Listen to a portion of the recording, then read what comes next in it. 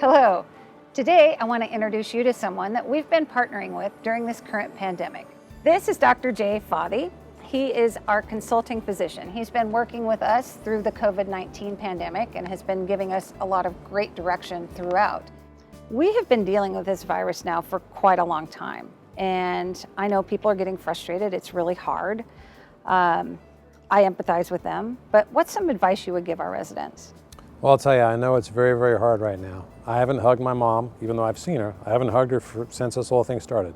She hasn't hugged my two sons, her grandsons, since this whole thing started.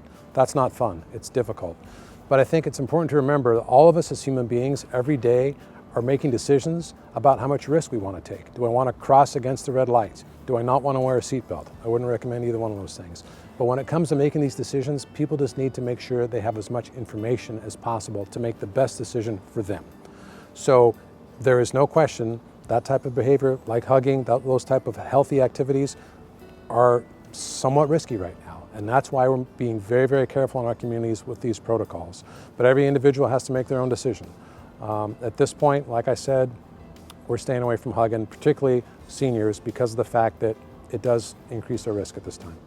Probably some of the best advice I can give residents is to follow the protocols. I know that sometimes the protocols are, depending on the community that you're in, almost more conservative and more safe than what is being recommended in those communities from a standpoint of counties or state recommendations.